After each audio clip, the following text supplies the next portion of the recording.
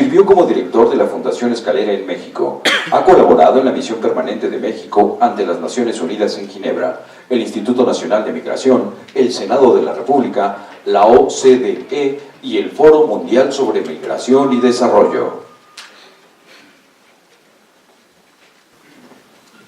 Bueno, listo, perfecto. Hola, buenas tardes. Y bueno, muchas gracias a Voto Informado, a la UNAM. Es un placer estar aquí en la universidad, en el universo. Y bueno, yo me voy a ir muy rápido en esta plática porque van a haber muchas cifras y creo que también por lo que vi en las interacciones que siguieron también hay mucho apetito de preguntas, ¿no? Entonces me voy a ir muy rápido, pero nada más compartirles que esto que van a ver es un pequeño pedazo de una serie de talleres que hemos hecho en alianza con muchas universidades y con organizaciones de la sociedad civil para hacer un buen monitoreo de las elecciones a través de Twitter, ¿no? No podemos hablar del universo de las plataformas digitales, pero sí de Twitter, y vamos a hablar sobre ello brevemente. Pero también vamos a compartir unos datos que me parecen para ustedes serán muy interesantes. Entonces empecemos con la presentación. El clicker creo que no me funciona, chicos. Entonces me apoyan ahí en la computadora. Perfecto. Primero es, yo soy muy respetuoso de todas las plataformas digitales. Creo que todas tienen su uso y su funcionalidad. Hipócrita sería además porque yo soy usuario de todas ellas, excepto de una que creo que ya estoy muy viejo para ser usuario. Pero para el resto yo soy usuario activo y yo creo que cada una tiene su superpoder y su particular uso. Twitter se ha ganado ese nicho en este mundo digital por ser el lugar preferente para política y gobierno, activistas sociales y organizaciones de la sociedad civil y sobre todo por la inmediatez. Twitter es lo que está pasando y lo que habla la gente. Uno va a Twitter a compartir algo que sucedió, puede ser algo como pues, la serie de Luis Miguel ayer, a las 10 de la noche, o los debates presidenciales. No vas a Twitter a conversar algo que pasó hace 5 semanas, si no hay una información relevante nueva, ¿no? Y lo hemos visto y lo vamos a ver, lo hemos visto en sucesos tan desafortunados como fue el terremoto del pasado septiembre en México, donde hubo un hervidero, por así decirlo, de la conversación, y lo vamos a ver en el Mundial de Fútbol, ¿no? Cuando en el Mundial pasado, cuando hubo el gol de Alemania que lo coronó, casi se cae el internet y entre casi se cae Twitter, ¿no? Por las conversaciones que son van en el momento y de lo que habla la gente. Voy a hablar rápidamente de cosas que hemos visto ya en las campañas, algunos blogs, para quien quiera toda esta información, porque lo voy a decir muy rápido, están los blogs oficiales de Twitter, busquen estos encabezados que van a ver como cómo se vivieron las precampañas electorales en México, publicado el 22 de febrero, pero son datos que hemos visto a través de volúmenes de conversación y otros ya a través de insights o temas que ya vimos preguntándole a la audiencia. En volúmenes, durante las precampañas vimos cosas muy interesantes, desde cosas banales, aunque ya Darío explicó la relevancia también de entender cómo se utilizan estos, como fueron los emojis más utilizados en las precampañas, afortunadamente estos y no otros que otras personas podrían pensar, como algo muy realmente relevante, quiénes lideraban la conversación en las precampañas, y como ya lo dijo también Darío en el panel que me precedió, los primo votantes o estos votantes que van a votar por primera vez, también son los más participativos en Twitter sobre las elecciones. Y esto es muy importante porque se escucha mucho de la apatía, ¿no? Y también de lugares comunes, de el futuro de los jóvenes, no. Por lo menos en lo que refiere a la conversación política en Twitter, el ahora ya es de los jóvenes y su participación, pues yo no entiendo un apático que realmente converse tanto, ¿no? Si eres apático no conversas y te vas, no dominas una conversación. También ya vimos un poco más, ya antes de iniciar las conversaciones que esperaban, de las elecciones, perdón, qué esperaban o cómo verían los tuiteros estas elecciones. Y datos interesantes nos demostraron que 7 de cada 10 jóvenes no habían definido aún su voto, por lo menos en Twitter, los tuiteros, 7 de cada 10 no habían definido su voto antes del proceso electoral, lo cual es bueno, porque para eso queremos campañas, para eso hay presupuesto para las mismas. ¿Para qué haremos campañas si ya todo el mundo sabe por quién va a votar antes de que inicie, ¿no? Entonces 7 de cada 10 iban a alimentar sobre su opinión. ¿Y qué los iban a mover? Los iban a mover ideas, debates e interacción. Y este último punto es esencial, y es quizás lo más importante, porque eso es lo que realmente es Twitter, ¿no? Y también algo que hemos trabajado de la mano en dar talleres a los diversos partidos políticos, es decirles eso, que atrás quedaron los momentos, lo que trajo las plataformas, lo que trajo el mundo fue democratizar la libertad de opinión y la voz de cada quien. Entonces atrás quedaron los momentos en que un partido político podía llegar, dar su opinión y dejar la plaza. Esta es mi propuesta de educación, gracias. ¿Te gustó? Qué bien, bye. ¿No? Ahora dicen algo y hay una interacción, y hay una reacción. Y es eso lo que va a nutrir la información de muchos de los tuiteros, y es lo más viral en Twitter, por lo menos en campañas. Producto de eso, hicimos una alianza con esta organización que no se alcanzan a ver, no sé si este es el... bueno, y el fondo, OYIN, Jóvenes en Movimiento, AC, es una organización que busca precisamente la participación de jóvenes en la política. Y a través de, junto con ellos, y en Twitter hicimos digamos, decálogo, que no sé si es, perdónenme la expresión, sobre la utilización de para los partidos, cómo conversar con los jóvenes adecuadamente, cómo utilizar un lenguaje fresco, cómo utilizar cosas como un GIF. Es cierto que una imagen vale más que 1000 palabras y un GIF todavía amplía ese potencial, hasta este tema de la interacción que les decía, ver las tendencias y demás. Porque ya Darío lo cubrió muy bien en su presentación, pero el uso de las redes sociales es muy importante en las elecciones, y según encuestas de la encuesta de usuarios de Internet, de hábitos de usuarios de Internet del año pasado, 9 de cada 10 internautas dijeron que iban a estar buscando información sobre estos procesos democráticos a través de plataformas como Twitter. Y por eso también hicimos el otro cara de la moneda. Lo que vieron antes fue un manual que damos para partidos políticos, y le hemos dado a la mayoría de ellos, pero también les hemos dado esto en diversas universidades, y abro esa invitación también a la Universidad Nacional Autónoma de México, con la cual nos encantaría tomar estos talleres, pero lo hemos dado, por ejemplo, en la UP, en la NAHUAC, en el TEC de Monterrey, en el cual les enseñamos a los jóvenes algunas técnicas de cómo utilizar Twitter correctamente, y les decimos, en Twitter, durante las elecciones, tú tienes estas 3, no me gusta decir responsabilidades, pero sí labores que podrías hacer. Uno es informar e informarte, usar el potencial de la plataforma para consumir y distribuir información. Pero el otro es para motivar el intercambio de ideas. No se vale solamente decir, yo esto es lo que creo, sino aumentemos a lo enriquecedor. Esto es lo que yo creo, ¿tú qué crees? Intercambiemos puntos de vista, ¿no? Y el tercero, fomentar una participación responsable y cívica, porque sí, en las plataformas, en Twitter y en la mayoría, hay reglas. Y si queremos un espacio público ordenado, así como nos enseñaron, yo, por mi edad y por mi formación, el Internet llegó a mi vida. Yo me adapté al Internet. Para los primovotantes, el Internet es una realidad casi tan natural como fue el espacio público. Y sin embargo, alguien tuvo una discusión con ellos de cuáles eran las reglas del juego, cómo comportarse, cómo queríamos todos que nos comportáramos. Entonces, esta responsabilidad es conjunta, desde las plataformas, desde los usuarios, y en estos talleres tratamos de darles este tipo de cuestiones. Más datos sobre las elecciones que me parecen pueden ser de su interés, me voy a ir muy rápido porque hay que llegar.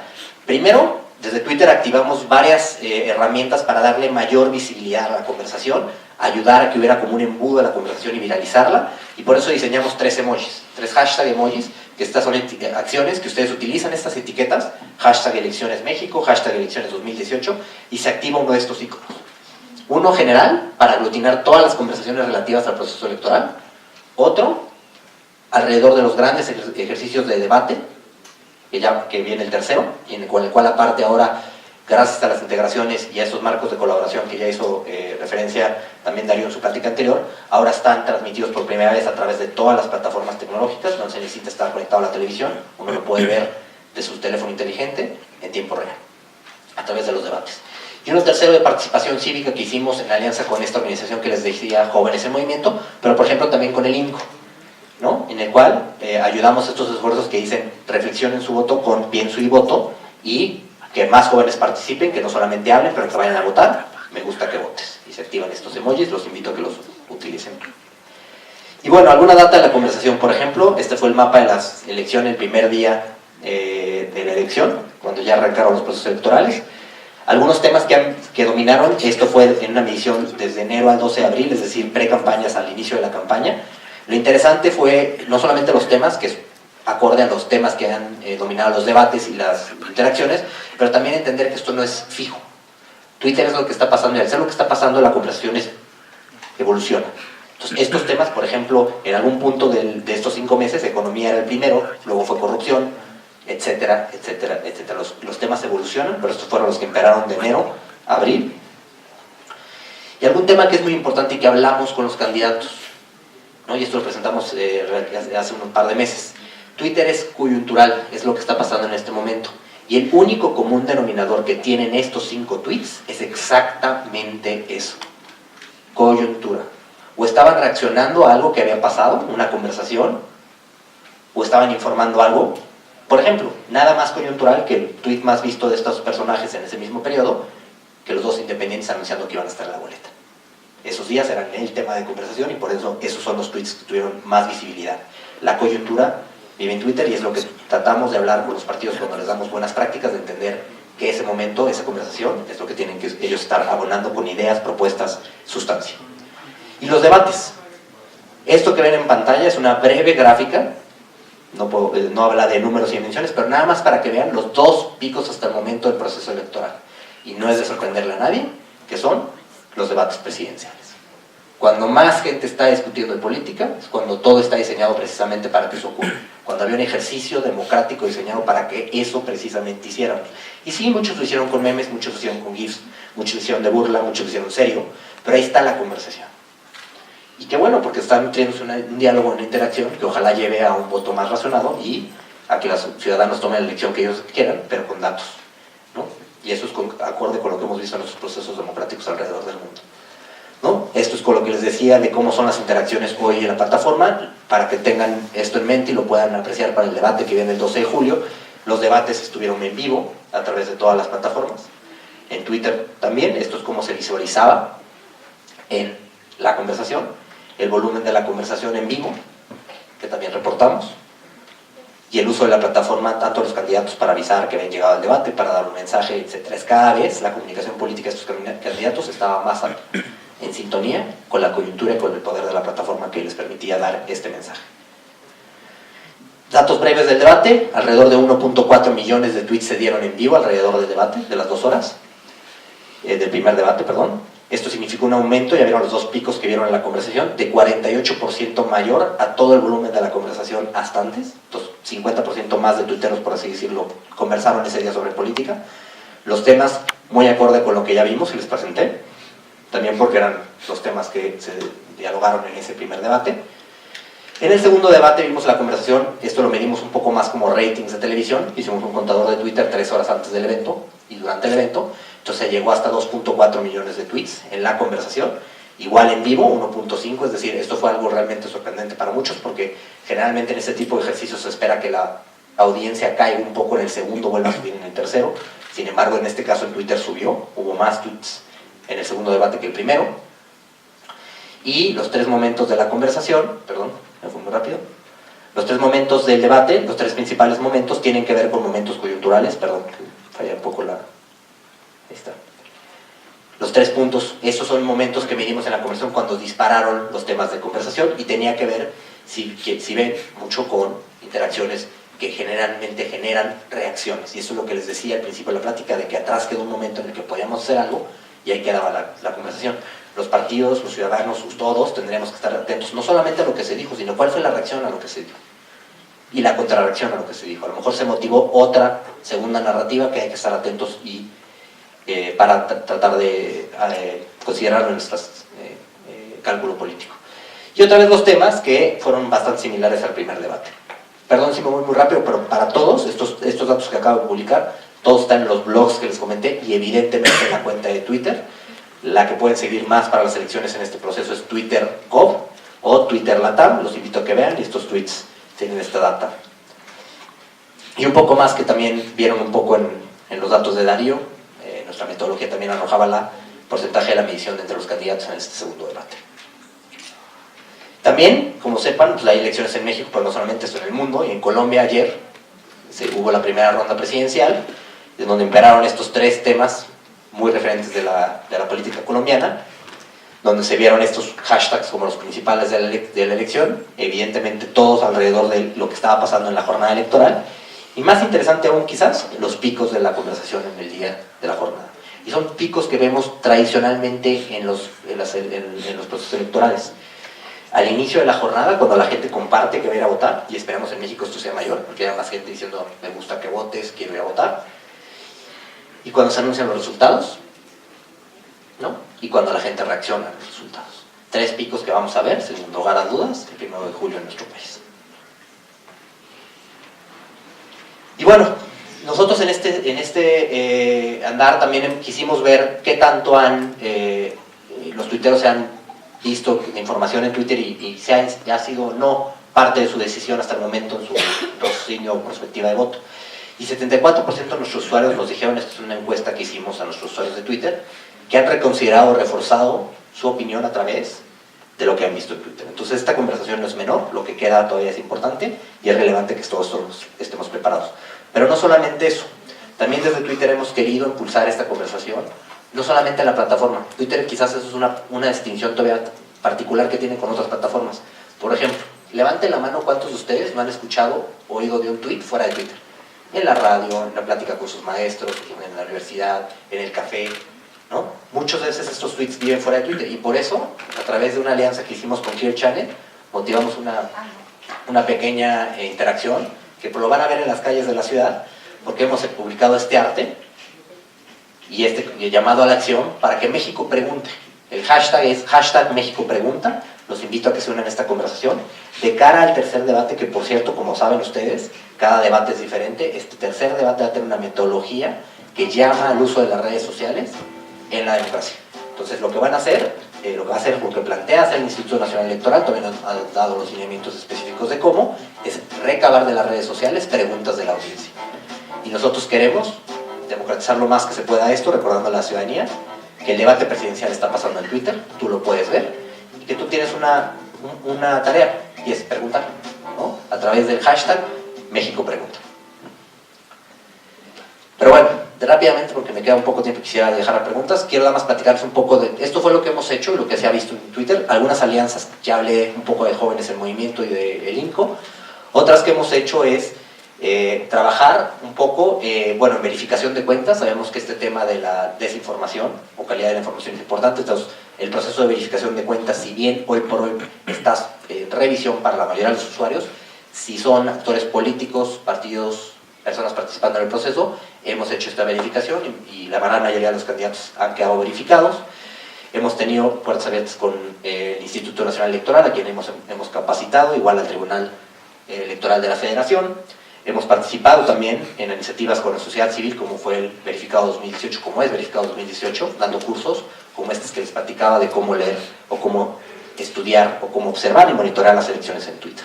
Porque nosotros decimos que en elecciones podemos ser monitorear, comunicar e interactuar. Y rápidamente, un tema, hablamos mucho de las tendencias, es un tema que se utiliza mucho, qué son y no son las tendencias, y escuchamos mucho esta preocupación de a lo mejor que haya una manipulación de las mismas. Primero, entender que las tendencias sirven para guiar una conversación, y no solamente es el número de tweets lo que genera una tendencia, es un error, es una percepción equívoca. Que una persona tuitee 15 veces lo mismo, así tenga 1 millón de seguidores, no va a generar una tendencia. Y sin embargo, mucha gente lo cree. No, es que este cuate que tiene 1 millón, tuiteó 15 veces. Si ese tweet no tuvo engagement, no sirvió de nada. Y ese tweet contó una sola vez. Y aparte es no entender lo que es una tendencia, y esto lo platicamos con los partidos políticos y con todo el mundo. No puede ser que tu comunicación política, tu objetivo sea ser una tendencia. La tendencia debe ser una herramienta para llegar a un objetivo, comunicar algo, no al revés. Porque les pongo este ejemplo. Cuando Malala Yousafzai entró a Twitter, se echó un solo tweet, que fue, hola Twitter, ¿no? Y nosotros, en reconocimiento de que era una persona, que es una persona que ya lidera la conversación, rápidamente, hola Malala, bienvenida. Y en 24 horas, 15 jefes de Estado, infinidad de celebridades y evidentemente infinidad de tuiteros. ¿Qué pasa cuando esto sucede en Twitter? Esto. Explota la plataforma. Y se vuelve una tendencia global, mundial, me parece que fue por 2 días. Ahora caminen un poco conmigo este ejercicio. ¿Qué pasa por la mente de alguien cuando abre Twitter, lo ve y ve hashtag Malala? No hay malas respuestas. ¿Alguien quiere decir algo? ¿Qué pasa por la mente de alguien? ¿Nadie se aventura a decir algo? ¿Buscas qué es? Paz, derechos humanos, violencia, ¿qué pasó? Más básico, chicos. Busco qué es. ¿Qué es? ¿Qué es? Mucha gente inmediatamente brinca y no, derechos humanos, ¿no? O algo le pasó. 90% pensaba que era Maluma. No es broma. No es broma. Lo primero que pasa, asumimos que todo el mundo sabe y no todo el mundo tiene nuestro nivel de conocimiento, ni nuestros niveles de intereses, ni nuestro nivel de interacción. Lo primero que realmente pasa es ¿qué es? Investigo. Y cuando investigo le hago clic, y ese poder del clic lo subestimamos. Entonces quizás muchas veces vemos a actores obsesionados por ser tendencia y actores preocupados de que haya tendencias. Cuando no entienden que, oigan, el tuitero sí lee, ¿eh? Ah, hashtag ya ganó mi candidato. Ah, sí, ya ganó el candidato. Nadie, nunca. Lo que sí hacen es darle clic. Entonces vean, Stan Lee, que lo amo porque acaba de ser nuevo usuario de Twitter y es buenísimo sus tweets, los invito a que lo lean. Fue tendencia hace ya un rato. Cuando alguien ve esto, Lo que va a pasar es le va a dar clic. Y cuando le va a dar clic, el algoritmo lo va a llevar por varias secciones. La más normal, destacados, perdón que esté en inglés, pero diría destacados o top. Y aquí van a ver tweets, generalmente de actores verificados o con mucha seguidores.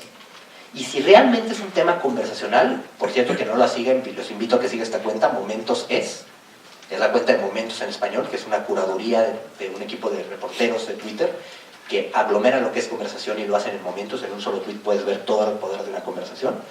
Va a haber eso, va a haber actores verificados, va a haber momentos y van a darte toda la información.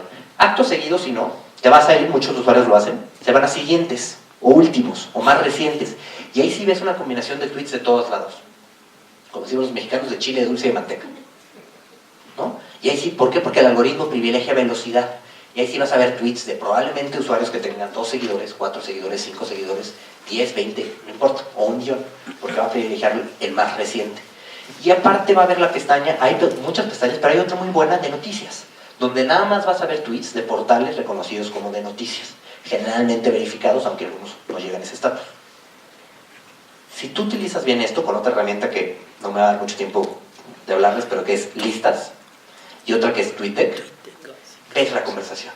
Entonces ya ganó mi candidato está en Oaxaca, mi candidato está en Chiapas, alguien le va a hacer clic y le decimos a los partidos, y si no hay una conversación lógica detrás de eso, ¿por qué es noticia? Oye, estás haciendo el plan de desarrollo del sur, ¿no? O se sumó esta persona, este perfil importante a tu campaña, o diste una conferencia que aparte fue en televisión y tiene audiencia porque lo en vivo y en televisión. La televisión y Twitter son una gran alianza, realmente cuando lo que está haciendo en vivo o en radio, por cierto, y se tuitea, la combinación de ambos es muy poderoso. Entonces es lógico. Pero si tienes tendencia porque pues, estás en Oaxaca y dices, ay caray, ¿por qué? Entonces, ¿qué pasa? Todo el mundo, no, bot. Y no necesariamente puede ser un bot. Pero cuando piensas que ese es tu objetivo y pones a 50 personas, 60 personas, 200 personas a tuitear así, pues pareces bot. Porque el usuario no tiene cómo identificar. Yo como usuario veo a los dos igual y no es así. Por eso, perdón, porque no me va a dar tiempo de darles todo, pero eso es parte de un taller que les enseñamos a hacer listas. Las listas es muy útil, es diferente a seguir a las personas. Quien quiera saber más, listas, Twitter, cualquier ordenador, puede ver cómo crearlas, saber que pueden utilizarlas de manera pública o privada. Pero que esto junto con TweetDeck te permite tener una monitoreo de sección bastante buena. Yo, por ejemplo, tengo listas donde tengo a todos los partidos políticos, a todas las autoridades electorales, a los portales noticiosos, a las tendencias del día, al hashtag elecciones 2018 y a mi timeline, a mi línea, a mi cronología. Si hago eso, bien, no puedo hablar de muchas plataformas, no puedo de otras plataformas, pero sí puedo hablar de Twitter, decirles que no se me va la noticia en Twitter, y saber y poder contrastarlo. Y eso es lo que hacen, lo que pueden hacer los usuarios. Para terminar brevemente, no me da tiempo, perdón, decirles que al desmitificar que el internet no es un viejo oeste, y si lo es, hay un sheriff por lo menos, y son las reglas. Tenemos reglas en Twitter que norman 2 tipos de cuestión, y eso sí es muy importante y me permito un segundo. Twitter tiene dos categorías: reglas que norman contenido, y ese contenido ha sido un andar bastante delicado, porque Twitter, sobre todo la misión de la compañía es que cualquier persona pueda compartir su voz sin barreras ni limitantes. Entonces, ¿dónde entra ese derecho de normar contenido? Bueno, cuando ese derecho tuyo de decir lo que quieras vulnera el de otra persona a decir lo que él quiera o lo que ella quiera. Si yo me siento intimidado, agredido y me estás empujando fuera de este espacio, entonces ¿qué va a pasar? Va a imperar un espacio de puros bullies. Y no queremos nadie en la plataforma eso. Entonces hemos hecho una línea en lo que clasificamos como acoso, comportamiento de odio, información privada, suplantación de identidad y bueno, explotación sexual de menores, que es un delito. Esas son las únicas categorías de contenido. Entonces también, leyenda urbana, no es cierto. Se apagó la cuenta porque estaba tuiteando en contra o a favor de un candidato, no es cierto. Lo que puede pasar es que tenemos otro tipo de reglas que muy poca gente se toma la molestia de entender y leer, que es de automatización o de spam. Y ahí no vemos absolutamente nada de lo que tuiteas, no nos interesa si tuiteas verde, dulce, colorado. Nos interesa cómo estás usando la plataforma. Si detrás de esta cuenta estás aprovechando nuestra regla de cuentas múltiples para tratar de inflar artificialmente una conversación o incidir. Y esto tiene que ver con 2 cosas: automatización, que pueden ser los mal llamados bots, porque nosotros vemos que casi todo el mundo le dicen bot, y no. Bot es una cuenta automatizada detrás de la cual no hay un humano. y en este caso es un uso nocivo, bot nocivo, porque hay bots comerciales. Si yo le escribo a un banco y me regresa, yo quiero una tarjeta de crédito, me dice, perfecto, ¿dónde estás? Coyoacán, perfecto, tu sucursal es esta. Eso es un bot, y es un bot comercial, que bueno que existe porque me ayudó a mí y ayudó a los fines puntos. El otro es un bot nocivo, y eso es una automatización. El otro es tema de spam o una coordinación. Si yo copio y pego un mensaje 50 veces, el mismo mensaje, en varias cuentas, eso es una conducta de spam. Tan spam como si yo agarro sus correos sin su permiso y les mando un correo masivo con el mismo texto. Esas son las reglas de automatización, y sí puede haber contenido que sea filtrado por producto de automatización, que no por el contenido. Porque, permítanme nada más reiterar, las reglas son total y 100% apartidistas. No ven esa diferenciación, es nada más si fueran abusivas por contenido o caen en este amplio marco que tenemos de spam. Y nada más para concluir algunas acciones que hemos hecho en la materia. Desde hace un año a la fecha hemos incrementado nuestras acciones para detectar este tipo de acciones. Estoy hablando específicamente en este caso de automatización maliciosa. Y pasamos de detectar alrededor de 1 millón de cuentas a la semana a 6.4 millones de cuentas a la semana. Más importante aún de esta automatización es detenerla antes de que inicie.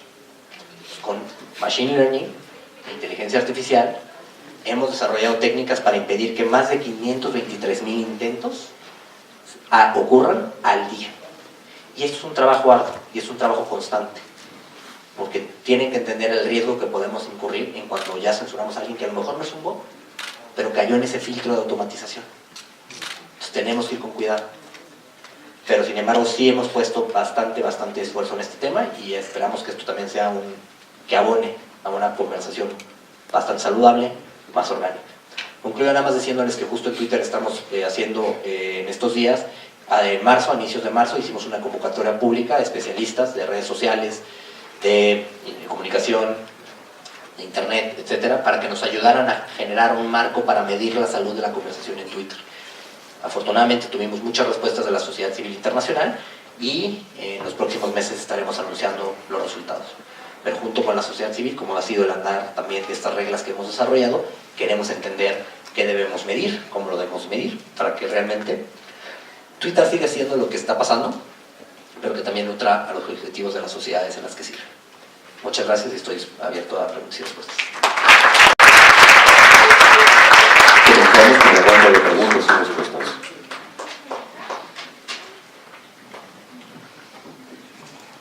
Hola, yo tengo una pregunta. El otro día vi en un programa de Aristegui que decía John Ackerman que se había vuelto trending topic.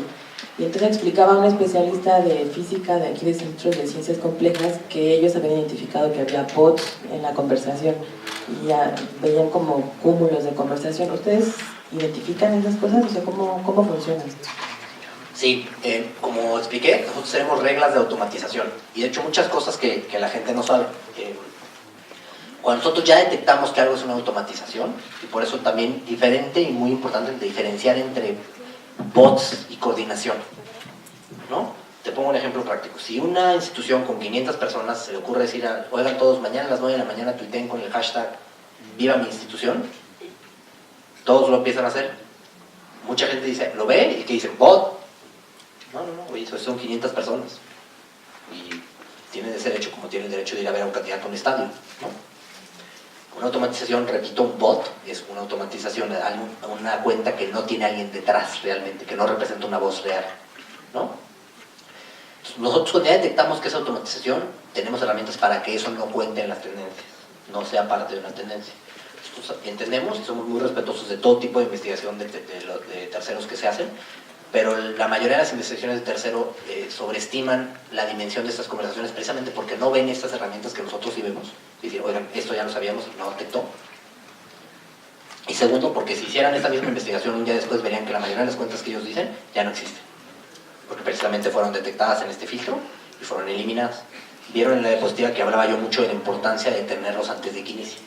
Es decir, ese es el ideal, pero es muy difícil, porque también podemos incurrir en infringir la libertad de alguien que sí existe. Bueno, tenemos que detectar patrones, conductas y señales, ¿no? Entonces hacemos todo esto y con ese fin. Entonces, tu respuesta más concisa es, si hay estos ejemplos, tenemos herramientas para que no cuenten, dentro de las tendencias, y también tenemos muchas herramientas de lo que se llama enforcement o aplicación de las reglas, que la verdad es que la gran mayoría de las investigaciones no detallan.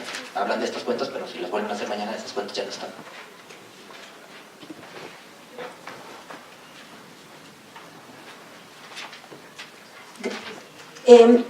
Bueno, no sé si pudieras... Acá. Hola. Bueno, no sé si pudieras ahondar un poquito en cómo se genera una tendencia. Hablaste de que no necesariamente es la cantidad que se tuitea de un contenido, pero a mí ya no me quedó muy preciso cómo se genera esa tendencia. Claro, y para todos eso no es lo más público que tenemos. Pueden ustedes buscar tendencias centro de ayuda de Twitter y te explica las reglas de tendencia, que también son importantes. Por ejemplo, hay una regla que mucha gente no conoce. Si tú tratas de secuestrar una tendencia para un fin que no se utiliza, puedes incluir en una cuestión de spam. Precisamente eso es una de las definiciones básicas de spam desde los inicios, ¿no? Si yo tengo una tendencia que es hashtag seminario de redes sociales en UNAM y pongo ahí información de una clase de CrossFit, eso es spam, ¿no? Entonces, hay ese tipo de reglas. No hablamos al detalle de lo que son las tendencias, pero sí da más saber que no solamente es volumen, tiene que también ver la velocidad, es decir, cuántos usuarios, en qué momento. Entonces, no es lo mismo 10 tweets en 50 segundos que 10 tweets en una hora.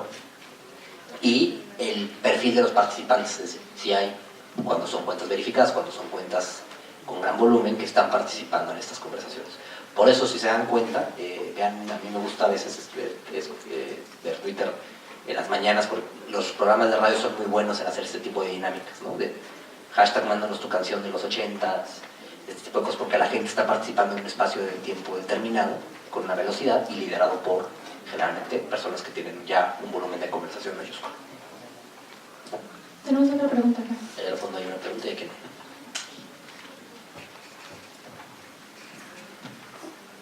Hugo, muy interesante tu presentación. Una pregunta. En las elecciones presidenciales pasadas de Estados Unidos, el tema de las redes sociales, de la influencia, tú mismo lo dijiste en la presentación, la gente se está informando en Twitter y los temas de política tienen trascendencia. ¿Cuáles de las acciones que ya nos dijiste, que son de hecho varias, fueron puntualizadas o aterrizadas a partir de la experiencia en Estados Unidos? ¿O si hay más que están realizando? Por ejemplo, la que comentas de asesorar a partidos políticos en la generación de su contenido, se me hace muy plausible, pero quisiera saber si hay más o cuál de estas que nos presentaste puntualmente nacieron de esa experiencia. Claro, con mucho gusto, y también en aras de transparencia y por lo limitado del espacio, de nueva cuenta esto también está disponible públicamente en los blogs de Twitter. Hay un específico que le llamamos nuestra última actualización sobre las elecciones estadounidenses. Lo más relevante que se ha hecho es poner énfasis en dos temas. El primero, este tema de automatización que hemos platicado. Lanzamos la iniciativa que le llamamos calidad de la información dentro de Twitter, que es precisamente invertir mucho en el machine learning y los señales que nos permitían detectar este intento de manipulación.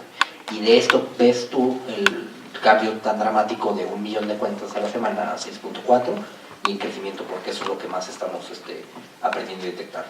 El otro tema, lo tocó también un poco Darío en su participación. Yo creo que hay temas que tenemos que ir con cuidado, y no porque sea la plataforma lo digo con sinceridad.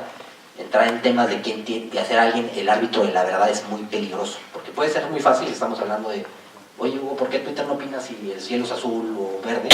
O pasó en el temblor, ¿no? Había gente que estaba tuiteando por desesperación a veces, otros puede ser con dolor, temas que no eran reales, pero la gran mayoría de la información, la estrategia más útil fue mejor darle prioridad a lo que estaba verificado, y así nació Verificado 2019. Pero empoderar a alguien para que sea el árbitro de la verdad puede ser problemático. ¿En dónde hay un lugar donde la mayoría han coincidido que se debe trabajar más? En la transparencia.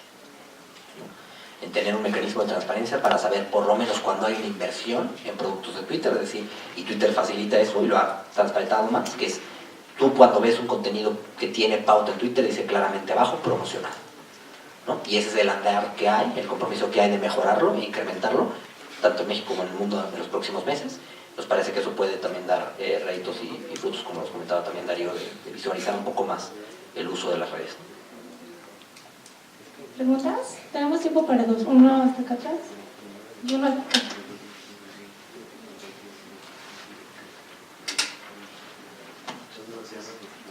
¿Qué tal, Hugo? La pregunta va en relación de lo que estás mencionando.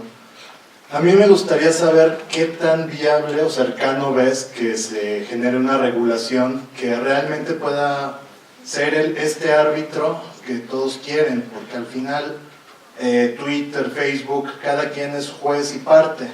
Al final las plataformas son para vender, son espacios publicitarios. En estas campañas, cada candidato seguramente está invirtiendo una cantidad impresionante de recursos, no solamente directo en la página, sino también con consultoras que puedan analizar esta información, más allá tal vez generar tendencias que dices que es muy complicado, pero se puede hacer igual con círculos de influencia y tal.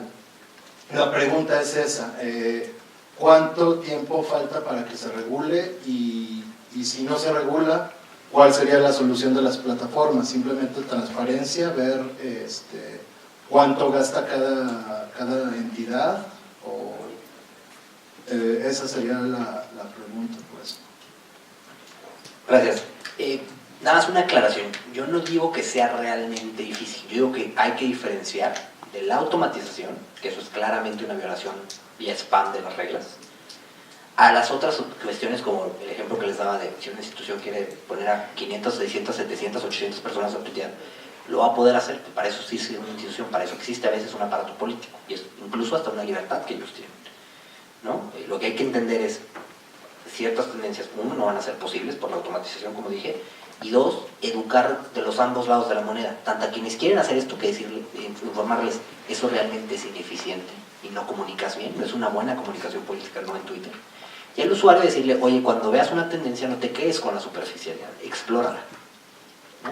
¿Qué hace una tendencia? Dale clic, ve cuáles son las conversaciones e ilustra entonces tu perspectiva sobre esa tendencia, en vez de automáticamente decir es bueno o es malo, como pasa a veces.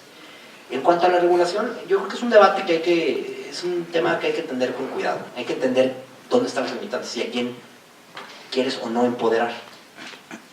Yo creo que hay un común acuerdo en que empoderar a alguien para regular en un contenido va a ser muy difícil y va a ser incluso problemático, porque podemos enumerar 500.000 ejemplos buenos, pero con 2 o 3 malos ya pones en riesgo en verdad la libertad de opinión en el siglo XXI.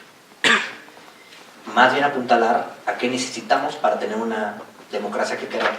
Y por eso vuelvo al tema de la transparencia. Yo creo que eso sí es algo que incluso ya funciona de cierta medida adecuadamente, que es simplemente hay que ver que los mecanismos de rendición de cuentas estén funcionando, que se pueda acceder a esa información y que todo el mundo sepa que va a haber rendición de cuentas de los que están gastando y de quien lo están proveyendo. Ese es quizás lo que yo veo más factible y positivo, porque en el resto yo creo que es un tema de formación. Actualmente no hay, ustedes no le rinden cuentas a INE, ¿sí? Claro que sí. ¿O tienes la información que diga lo contrario? Porque claro que sí. Para eso hay un mecanismo de información de cuentas. Pero si un actor público quiere información privada tuya, no se la vamos a dar, porque es tu información. Si el sector público quiere y sigue las directrices que tenemos, les invito, no me tomes la palabra, pon directrices para la autoridad en la página de Twitter y vas a ver los canales adecuados a través de los cuales se puede solicitar información y las razones por las cuales no. Porque si yo quiero información de, oye, dime quién es Juan Pérez y por qué está tuiteando lo que está tuiteando, ah, caray. Y si ese Juan Pérez estuviera investigando de narcotráfico, ¿también me lo pedirías? Ah, dime Juan Pérez si está gastando dinero en la plataforma, es un tema diferente. Ah, ok, entonces están gastando no recursos. Y eso es evidentemente lo que nosotros podemos ver. Darío explicó cosas que Twitter no va a poder ver. Si hay una agencia que está haciendo esto, Twitter no tiene esos datos. Los tendrían otras partes. Hay que enfocar en realmente qué queremos, qué es realmente lo que nosotros deseamos en ambas vías para que haya rendición de cuentas. Y tener cuidado de la responsabilidad que tenemos y obligación que tenemos con los datos de los usuarios y sí lo que podemos proveer con directrices. ¿Se pueden mejorar? Sin duda, pero de que existen hoy, sí existen. En esta cuestión que hablaba sobre opinión y poderse comunicar abiertamente y bien en lo que presentaste sobre esta cuestión de evitar los discursos de odio y demás, todo esto. El caso que pasó con el comentarista, con el Twitter, que le valió el puesto en Televisa, ¿hasta dónde llega de veras la opinión, la libertad de opinión, y quién la juzga o quién no la juzga? ¿La puedes poner o no la puedes poner? Porque finalmente el lenguaje, como estaba allí, no era realmente tan agresivo como otros tweets que he visto y que ahí siguen. Entonces, ¿quién determina eso y cómo? El lenguaje es tan fino. Vaya, tenemos un presidente aquí al lado que, bueno, tambalea a todo el mundo con un tuit todas las mañanas. Entonces, ¿cuándo hay quien regula, quien quita o quien pone la interpretación de tal o cual lenguaje? No, te agradezco mucho tu pregunta porque es precisamente ilustra lo complejo que es este tema. Y también abre la puerta a todos los interesados. En Twitter hemos dado con varias organizaciones de la sociedad civil talleres sobre las reglas de Twitter, en las cuales, por el limitado espacio, nada más se las mencioné. Pero platicamos un poco de qué significa cada una de ellas. Y una que tenemos, no puedo hablar de casos en particular, nunca hablamos de casos en particular, pero una que tenemos es: no se permite la incitación a la violencia ni las amenazas directas o indirectas. Y eso, como todo en lenguaje, es contextual. Entonces, en Twitter, una cosa que es importante que ustedes sepan es: tenemos reglas y tenemos procesos, tanto para automatización, que evidentemente están liderados por un algoritmo y por inteligencia artificial, porque hay cierto tipo de patrones que una computadora los puede hacer, como por lenguaje, que sí requiere también interacción de un equipo que revisa ese contenido.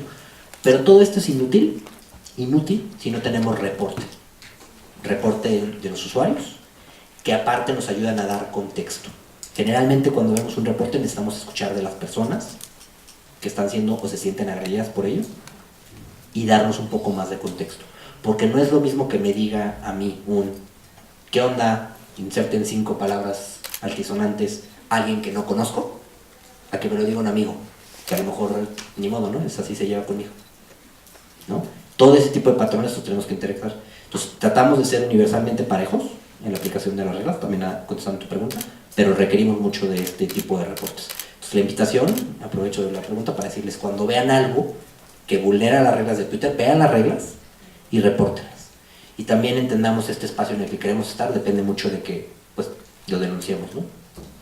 Gracias.